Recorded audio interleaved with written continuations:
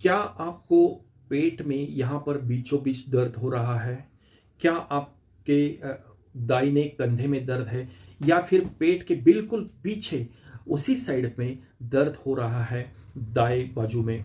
तो शायद ये पित्ताशय की पथरी की बीमारी आपकी हो सकती है, जिसे गॉल ब्लैडर स्टोन भी कहा जाता है।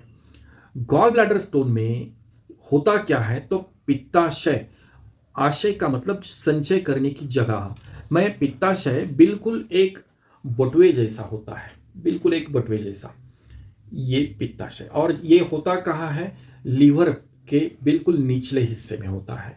इसका काम क्या है? जो भी लीवर से पाचक स्राव जो बनते हैं, जो बाइल बनता है, वो लीवर से पित्ताशय में आ जाता है और फिर उसी डक्ट से वो आंतों में, जब हम खाना खाते हैं तो आंतों में फिर से वो बाइल जो है, जो पित्त बन रहा है, वो आंतों में छोड़ा जाता है।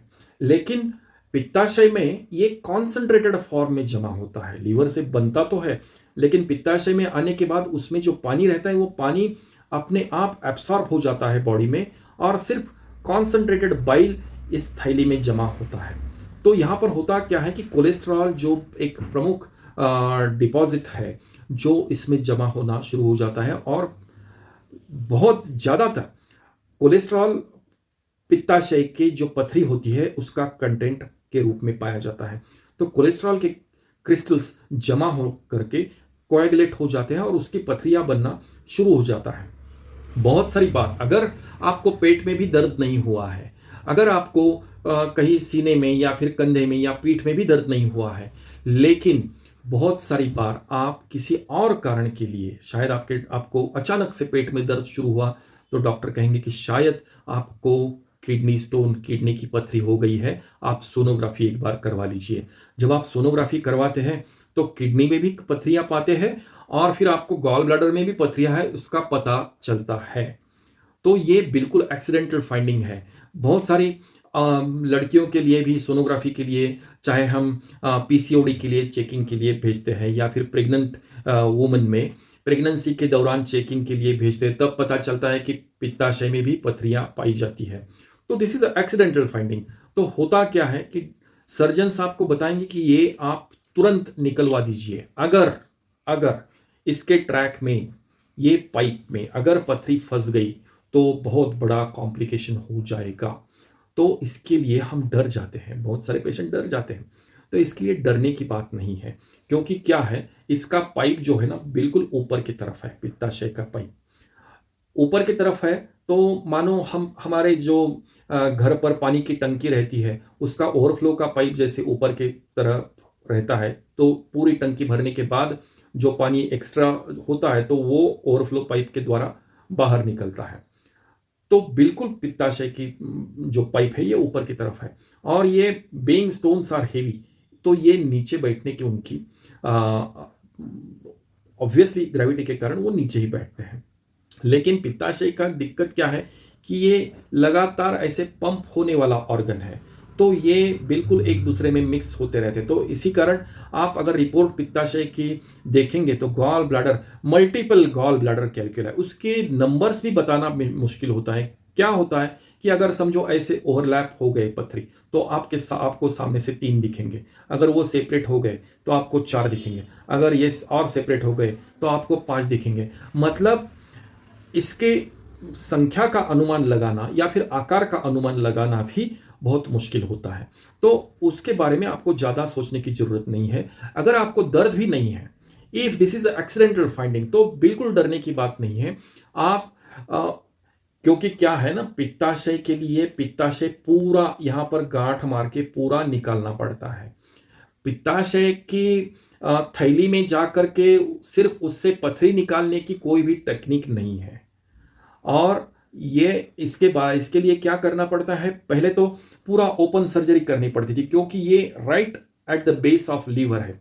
ये पित्ताशय की थैली बेस ऑफ लीवर में है, तो पूरा यही यहाँ से रिब्स की तरफ से ये खोलना पड़ता था। लेकिन अब ऐसे नहीं करना पड़ता है। अब जस्ट 4 होल्स बनाने पड़ते हैं। यहाँ पर एक, आपकी अम्बिलिकस की तरफ एक, राइट साइड में एक और दूसरा एक। तो 4 होल्स के द्वारा एक दूरबीन के लिए जाता है, एक लाइट के लिए जाता है, एक उनके इंस्ट्रूमेंट के लिए जाता है।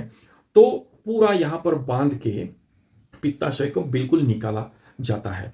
लेकिन उसके बारे में सोचने से पहले क्या उसमें होम्योपैथिक इलाज है क्या? तो बहुत सारे कारगर दवाइयाँ होम्योपैथी में हैं, जिसका इस्तेमाल करने से आप पित्ताशय की पथरी की बीमारी से मुक्त हो सकते हैं। तो पहली दवाई जो है कार्डस मराइनस। कार्डस मराइनस ये दवाई आप या तो पोटेंसी के फॉर्म में भी ले सकते हैं, 30 या 200 पोटेंसी में इसका प्रयोग कीजिए ज़ुबान पर, या तो डाइल्यूशन के फॉर्म में है तो 2-2 बूंद दिन में 3 बार, या फिर गोलियों के फॉर्म में 4-4 गोलियां दिन में 3 बार आप ले सकते हैं, या फिर कार्डस मराइनस का मदर टिंचर जो मूलार्क जो है, वो मूलार्क आप 1 कप पानी में 15 बूंद डालिए और वो कप भर पानी पी लीजिए। दिन में 3 बार इसका प्रयोग करेंगे तो भी पित्ताशय की पथरियां कम होती जाती है। एक उसका महत्वपूर्ण जो दवाई है नक्सोमिका। नक्सोमिका क्यों? तो नक्सोमिका का पेशेंट जो होता है उनका सेडेंटरी लाइफस्टाइल, जैसे बैठे बैठे कुर्सी में ही काम करना है, वो दिन भर काम के चक्कर में 10-12 घंटे काम करते हैं, बैठे बैठे जॉब है। आजकल तो कोरोना के बाद वर्क फ्रॉम होम का स्टाइल चल रहा है, तो किसी को काम पर जाने की, ऑफिस में जाने की भी जरूरत नहीं है। वर्क फ्रॉम होम वो लैपटॉप लेके बैठते हैं, 10-10, 12-12, 13-13 घंटे बैठते हैं, तो एक जगह पर बैठते हैं। या तो वो गुटखा या कुछ स्मोकिंग जैसी आदतें, फिर खाने पीने का भी टाइमिंग नहीं है। मीटिंग चल रही है तो मीटिंग के दौरान कभी वो 1 बजे खाना खाते हैं, कभी 2-3-4 बजे भी खाना, उनका सुबह का खाना ये 3 या 4 बजे के बाद भी हो सकता है। और रात के खाने के लिए भी उनका कोई भी टाइमिंग नहीं रहता है, 10 से लेकर 12, 1 या 2 बजे तक भी उनका खाना होता है। उन्हें ज़्यादातर तला हुआ बहुत ही स्पाइसी फूड पसंद रहता है। और शराब, अल्कोहल की लत होना, तो शराब की लत होती है, स्मोकिंग की भी लत होती है, तो एकदम ऐशो आराम की ज़िंदगी उन्हें पसंद है। लेकिन दिमागी काम नक्सोमी का पेशेंट बहुत ज़्यादा करते हैं, और उसके कारण उसका, उन्होंने जो दिन भर श्रम किए हैं तो उसका श्रम परिहार करने के लिए उन्हें शराब या बहुत तला हुआ स्पाइसी खाने का मन करता है, और नॉनवेज की तरफ बहुत ज़्यादा उनको लाइकिंग होता है। रोज़ भी वो नॉनवेज खा सकते हैं, चिकन, मटन, फिश, उन्हें रोज़ भी दिया तो भी उन्हें चलता है। तो ये जो लाइफस्टाइल है ये नक्सोमिका की लाइफस्टाइल है। नक्सोमिका 200 पोटेंसी में दिन में 4-4 बूंद दिन में 3 बार, या 4-4 गोलियां दिन में 3 बार लीजिए, और पित्ताशय की पथरी से आप मुक्ति पा सकते हैं। और एक दवाई है लेप्टांड्रा। लेप्टांड्रा 30 या 200 पोटेंसी में दिन में 3 बार लेंगे तो पित्ताशय की पथरियां कम होती है। दूसरी एक दवाई है chelidonium majus, very special remedy for liver complaints. Liver के शिकायतों के लिए होम्योपैथी की एक बहुत जानी मानी दवाई है चिलिडोनियम मेजस, जिसे आप मदर टिंचर के फॉर्म में भी ले सकते हैं। ये हेपेटाइटिस, जॉन्डिस के लिए भी बहुत महत्वपूर्ण दवाई है, और जो भी मैंने पहले जो बताई दवाई है ये भी लीवर के लिए महत्वपूर्ण है, तो ये जॉन्डिस पर भी काम करती है। तो चिलिडोनियम मेजस मदर टिंचर में दिन में 15-15 बूंद 3 बार, या पोटेंसी में आप अगर लेना चाहते तो 30 पोटेंसी में 4-4 बूंद या 4-4 गोलियां दिन में 3 बार भी ले सकते हैं। बस ये दवाइयाँ जो है ये आप बिल्कुल खाली पेट लीजिएगा। अगली दवाई है lycopodium. Lycopodium is also a known drug for liver complaints. Liver के लिए लाइकोपोडियम और सेपिया ये 2 बहुत ही महत्वपूर्ण दवाइयाँ हैं। लाइकोपोडियम का जो व्यक्तित्व जो है वो एकदम हाइटेड रहता है, ऊंचा रहता है, थिन और स्लिम, पतला, दुबला पतला, और शोल्डर्स ऐसे स्टूप शोल्डर्स, गोल्डन हेयर, तो ये लाइकोपोडियम का पिक्चर है। तो ऐसी अगर व्यक्तित्व है तो लाइकोपोडियम 200 पोटेंसी में दिन में 3 बार, या सेपिया भी 200 पोटेंसी में दिन में 3 बार आप ले सकते हैं। और भी महत्वपूर्ण दवाइयाँ हैं चियोनैंथस। चियोनैंथस ये मदर टिंचर के फॉर्म में भी, मूलार्क के फॉर्म में भी आप 15-15 बूंद 3 बार, या 30 या 200 पोटेंसी में दिन में 3 बार ले सकते हैं। और एक बहुत महत्वपूर्ण दवाई है जो कि किडनी स्टोन के लिए अक्सर जानी जाती है, बर्बेरिस वल्गैरिस। जी हाँ, berberis vulgaris berberis vulgaris kidney stone के लिए आमतौर पर इस्तेमाल होने वाली दवाई है, लेकिन ये इसका मायाज़म जो है, ये साइकोसिस मायाज़म जो होम्योपैथी की फिलॉसफी का ये पार्ट है, साइकोसिस मायाज़म का पार्ट है। तो साइकोसिस मायाज़म में थूजा और बर्बेरिस वल्गैरिस 2 महत्वपूर्ण दवाइयाँ हैं। तो बर्बेरिस वल्गैरिस पथरी को पिघलाने में बहुत कारगर दवाई है।